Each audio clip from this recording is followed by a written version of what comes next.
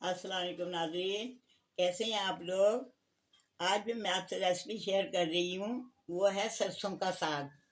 ये देखें, सरसों के साग को मैंने पहले अच्छी तरह धोकर काट के और उबालने के लिए रख दिया था, क्योंकि इसको कम से कम 2 से 3 घंटे तक गलाना चाहिए। इसी के अंदर मैंने लिया 2 किलो सरसों का साग, 1 किलो पालक, 1 पाव मेथी, आधा किलो आधा किलो इसके अंदर जाना है बाथू।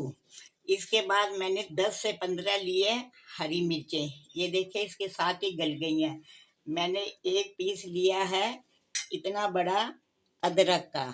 एक मुट्ठी मैंने ली है देसी लहसुन। और फिर सबको चढ़ा दिया मैंने, और 3 से 4 घंटे तक मैंने इसको गला लिया। अब इसमें कोई ख़ास ज़्यादा पानी वगैरह नहीं है। अब मैं इसके अंदर ये करती हूँ कि मैं इसे ग्राइंड करूँगी हल्का सा। अगर आप घोटना भी चाहें तो घोट लें, मगर इसके साथ ज़रा अच्छा सा घुट जाता है। ये देखिए, पानी ज़्यादा नहीं होना चाहिए, पानी बिल्कुल हल्का सा होना चाहिए। जब अभी मैं इसे ग्राइंड कर कर चूल्हे पे चढ़ाऊँगी, ठीक है। इसके बाद हम इसके अंदर 4 चम्मच बेसन मैंने लिया है। पानी में इसको हल करके बाद में इसके अंदर मैं साग में मिलाऊंगी। ये मैंने प्याज एक अदद लिया है। इसको असली घी है वो ले लें, जो आपको पसंद है ऑयल है जो आप लेना चाहें ले लें। फिर एक प्याज लेकर इसका बंगार तैयार करूंगी।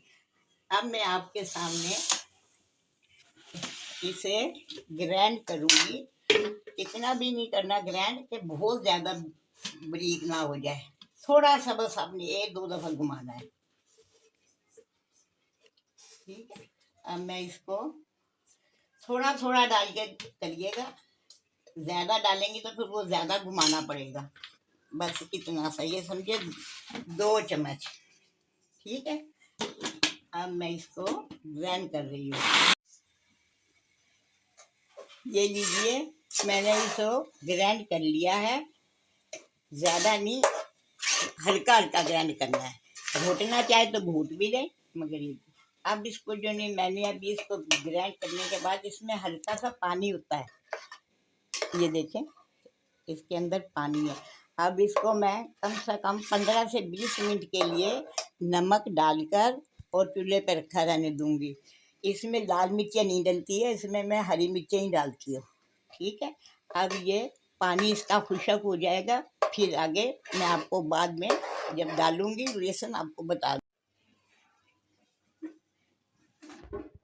ये देखिए नाज़रीन, इसका पानी खुशक हो गया है। ये देखिए बिल्कुल ये घुट गया है और एक जैसा हो गया। अब इसके अंदर मैंने लेना है बेसन। बेसन मैंने 2 चम्मच लिया था पूरा भर के। जितना डलेगा वो आपके ऊपर, ऐसा है कि जितना ज़्यादा गाढ़ा भी नहीं अच्छा लगता, वो भी ना। अब इस टाइम आप इसको ये डाल दें, बेसन डाल दें। बेसन डालने के साथ ये कि एक साथ मुलायम बन जाएगा।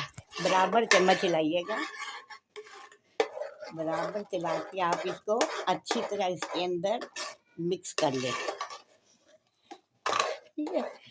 ये समझे कि 2 चम्मच पूरे मैंने डाल दिए हैं। ये अच्छी तरह से आपने बेसन को इसके अंदर मिक्स करके तो पानी को बिल्कुल खुशक कर लेना है। ये देखें, राइट। अब इसको मैं 5 मिनट के लिए दूसरे चूल्हे पे रख रही हूँ, और इधर मैं आपको बंगार तैयार करके दिखा रही हूँ। ये मैंने इसको इधर रख दिया है। ये मैंने बंगार के लिए घी लिया है असली, जो भी आप यूज़ करना चाहें, ऑयल भी कर लें, घी कर लें, जो भी आपको लेना है वो ले लीजिए, ठीक है। अब ये इसको अच्छी तरह गरम करके प्याज डाल देती हूँ मैं।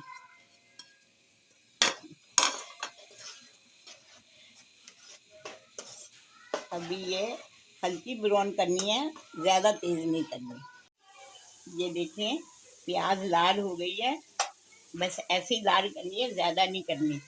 इसके बाद ये आपने साग में बंगाल लगा देना।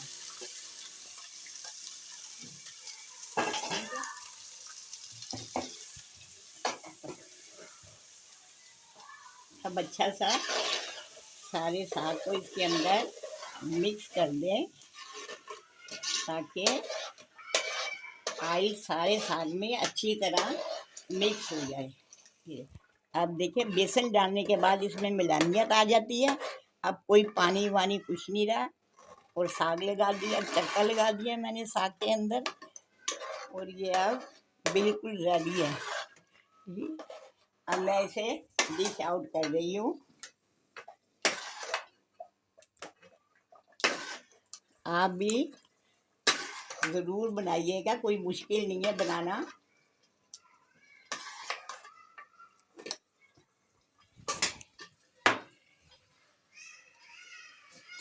ये लीजिए नाज़रीन, साग तैयार है। आप मेरी रेसिपी को ज़रूर फॉलो करिएगा। अगली रेसिपी तक के लिए इजाज़त दीजिए। अल्लाह हाफ़िज़।